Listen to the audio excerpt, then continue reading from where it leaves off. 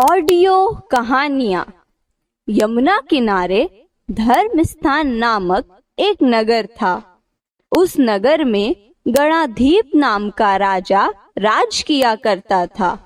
उसी नगर में केशव नाम का एक ब्राह्मण भी रहता था।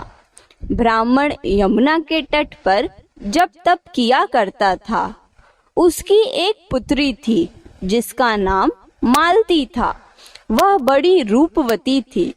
जब वह ब्याह के योग्य हुई तो उसके माता पिता और भाई को चिंता हुई। संयोग से एक दिन जब ब्राह्मण अपने किसी यजमान की बारात में गया था और भाई पढ़ने गया था, तभी उनके घर में एक ब्राह्मण का लड़का आया। लड़की की माँ ने उसके रूप और गुणों को देखकर उससे कहा कि मैं तुमसे अपनी लड़की का ब्याह करूंगी।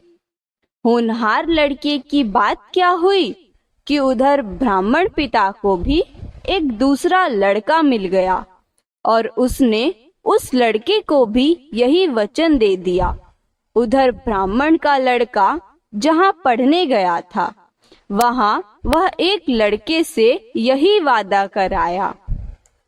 कुछ समय बाद बाप बेटे घर में इकट्ठे हुए तो देखते क्या है कि वहाँ एक तीसरा लड़का और मौजूद है। दो उनके साथ आए थे। अब क्या हो, ब्राह्मण, उसका लड़का और ब्राह्मणी बड़े सोच में पड़े। दैव योग्य से हुआ क्या कि लड़की को सांप ने काट लिया और वह मर गई। उसके बाप, भाई और तीनों लड़कों ने बड़ी भाग दौड़ की। जहर झाड़ने वाले को बुलाया पर कोई नतीजा न निकला। सब अपनी अपनी करके चले गए। दुखी होकर वे उस लड़की को शमशान में ले गए और क्रियाकर्म कर आए। तीनों लड़कों में से एक ने तो उसकी हड्डियां चुन ली और फकीर बनकर जंगल में चला गया। दूसरे ने राख की गठरी बांधी और वहीं झोपड़ी डालकर रहने लगा। तीसरा योगी होकर देश देश घूमने लगा।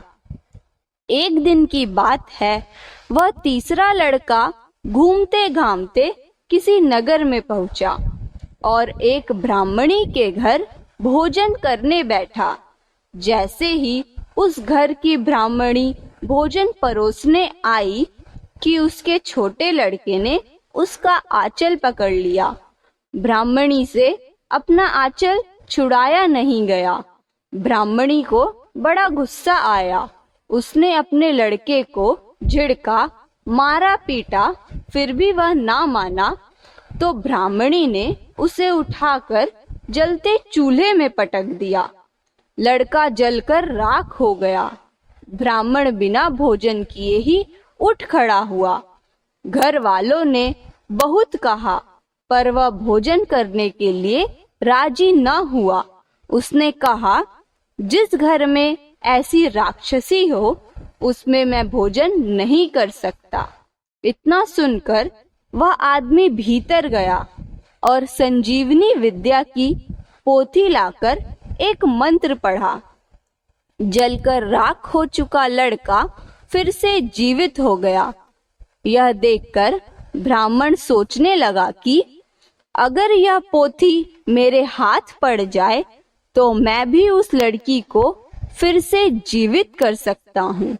इसके बाद उसने भोजन किया और वहीं ठहर गया।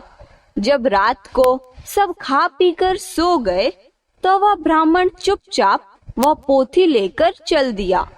जिस स्थान पर उस लड़की को जलाया गया था, वहां जाकर उसने देखा कि दूसरे लड़के वहां बैठे बातें कर रहे हैं।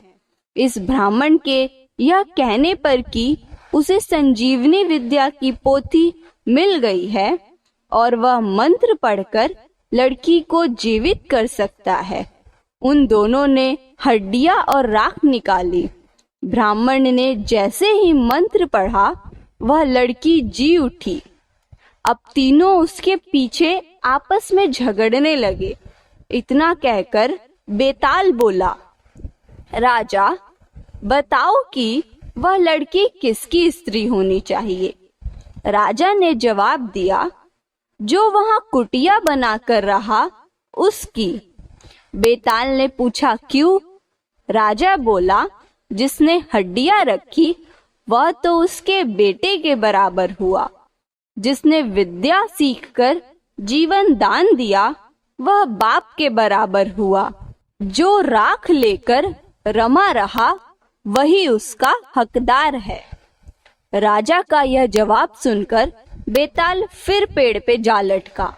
राजा को फिर लौटना पड़ा और जब वह उसे लेकर चला तो बेताल ने अगली कहानी सुनाई।